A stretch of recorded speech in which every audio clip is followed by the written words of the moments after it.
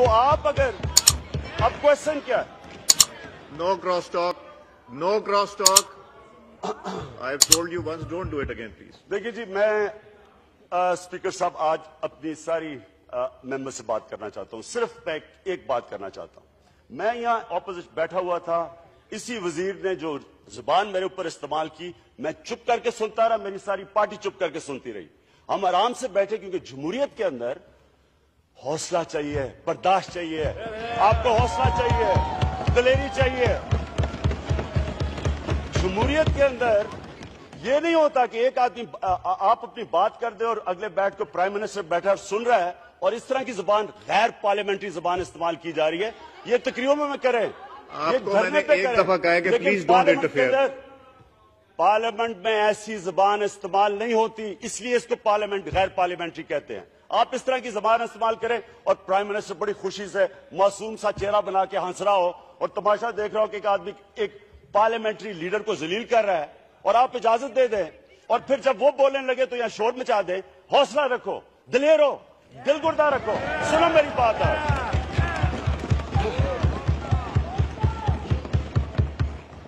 अब सुने स्पीकर साहब, मैं जो अब कहना चाहता हूं वो ये कि देखें, मुझे आज मैं एक और सवाल का जवाब पूछता हूं इनसे। एक कैंसर हॉस्पिटल पाकिस्तान में, ये वाहिद कैंसर हॉस्पिटल है जिधर इस मुल्क का गरीब आदमी जाके इलाज करवा सकता है। यह दुनिया का वाहिद कैंसर हॉस्पिटल है जिधर 70% मरीजों का मुफ्त इलाज होता है। 350 करोड़ रुपया खर्च करती है गरीब मरीजों पे, 350 करोड़ रुपया। मैं अगर इनसे पूछता हूं कि अगर ये जो सिर्फ इसलिए इन्होंने किया कि मैंने जब से हमने अपना एज एन ऑपोजिशन किया, हमारा फर्ज और हक है कि हम उठाएं चीजें जो कि एक इंटरनेशनल सारी दुनिया में हलबली मची हुई है। मुझे बताएं कि आइसलैंड के प्राइम मिनिस्टर को जब उसने रिजाइन किया, उसने कहा कि ऑपोजिशन अगर नहीं भी किया तो उसे आपको मना किया है, I will take strict action. मत करें ये, जब एक को पार्लियामेंट्री लीडर बोल रहा है, ये नॉर्म सीखें, इज्जत करना सीखें, मत करें ये प्लीज। प्राइम मिनिस्टर जब भी आइसलैंड का जिसकी अपनी पार्टी के लिए रिजाइन करो, क्या उसने कहा कि ऑपोजिशन, आपने भी ऑफशोर कंपनीज हैं? क्या ये जो प्राइम मिनिस्टर हिंदुस्तान का है, उसने जो हाई पावर कमेटी बनाई है, उसने क्या कहा है कि अच्छा जी ऑपोजिशन या कि कोई साजिश हुई है? उसके अंदर बड़े बड़े नाम आए हैं। क्या डेविड कैमरॉन जो है बरतानिया का प्राइम मिनिस्टर, उसके जो वालिद का नाम आया है, क्या उसने कहा है कि मैं तो ऑपोजिशन अपना बताया कि उनके ऑफशोर अकाउंट्स कितने हैं?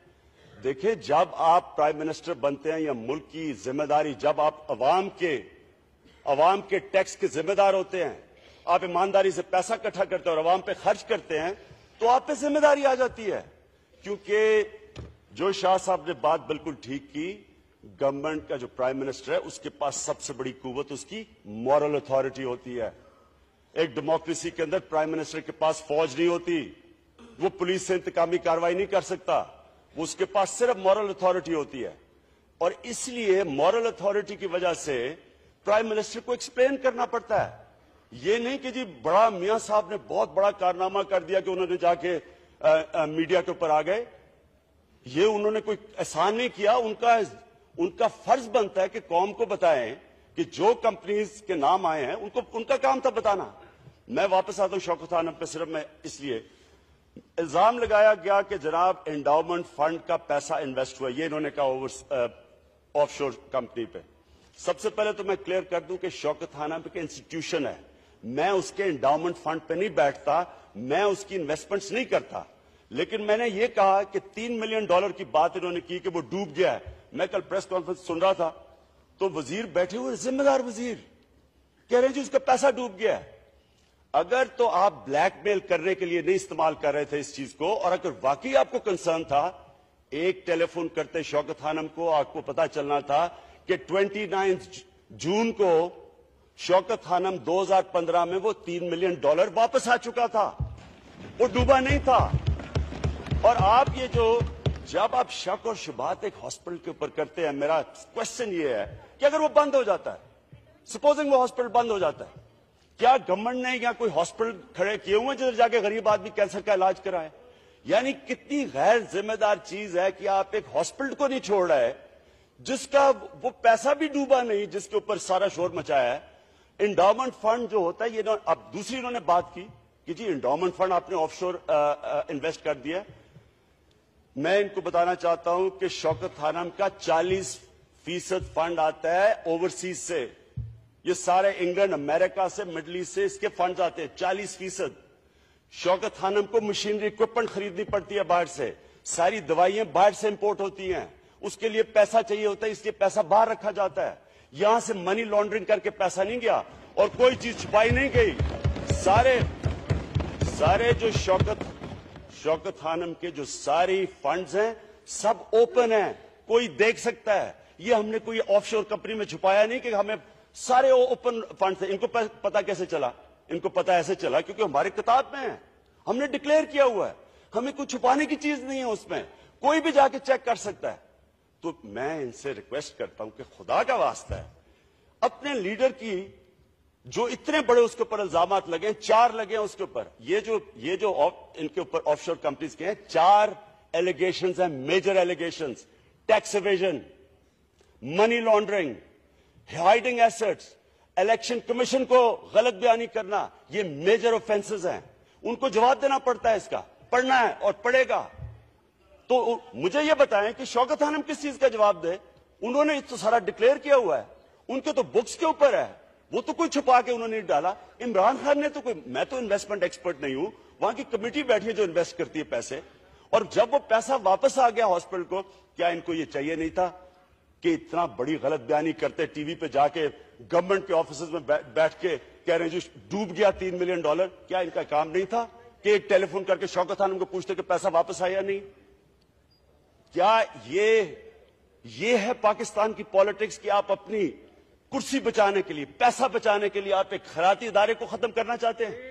آپ ایک سب سے بڑا ادارہ، اور اپنے ہاسپٹلز کا حال دیکھیں، یہاں گورنمنٹ ہاسپٹلز کا حال دیکھیں، آپ ایک اس ہاسپٹل کو ختم کر رہے ہیں، ایک وہ انٹرنیشنل سٹینڈرڈ کا ہے۔ آغا خان اور شوکت خانم انٹرنیشنل سٹینڈرڈ کے ہاسپٹل ہیں، جو بھی یہاں تو پیسے والے لوگ بیٹھے ہیں، آپ جا کے اگر اپنا علاج کروائیں آج باہر کینسر کا، شوکت خانم میں جو علاج 100 روپے کا ہوتا ہے وہ وہی علاج باہر کینسر کا 1000 روپے کا ہوتا ہے، 10 گنا زیادہ ہوتا ہے۔ تو پیسے والے لوگوں کو بھی ضرورت ہے اس ہاسپٹل کی۔ میں خود 2 دفعہ اس ہاسپٹل میں گیا، تو اس لیے میں آپ کو ریکویسٹ کرتا ہوں کہ دیکھیں، ملک کا سوچیں، اپنی پالیٹکس کا نہ سوچیں، اور آپ کی تو سب کی ذمہ داری ہے۔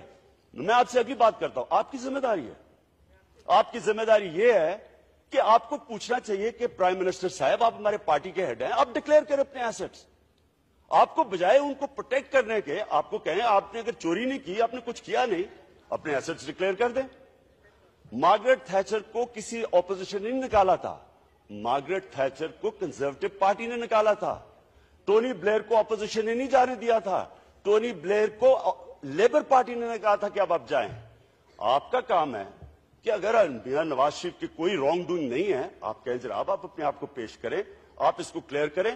آپ کا کیا کام ہے کہ ایک ہاسپٹل کو اٹیک کر رہے ہیں صرف اس لیے کہ میں چپ ہو جاؤں، مجھے بلیک میل کر رہے ہیں کہ میں چپ ہو جاؤں، میں نواز شریف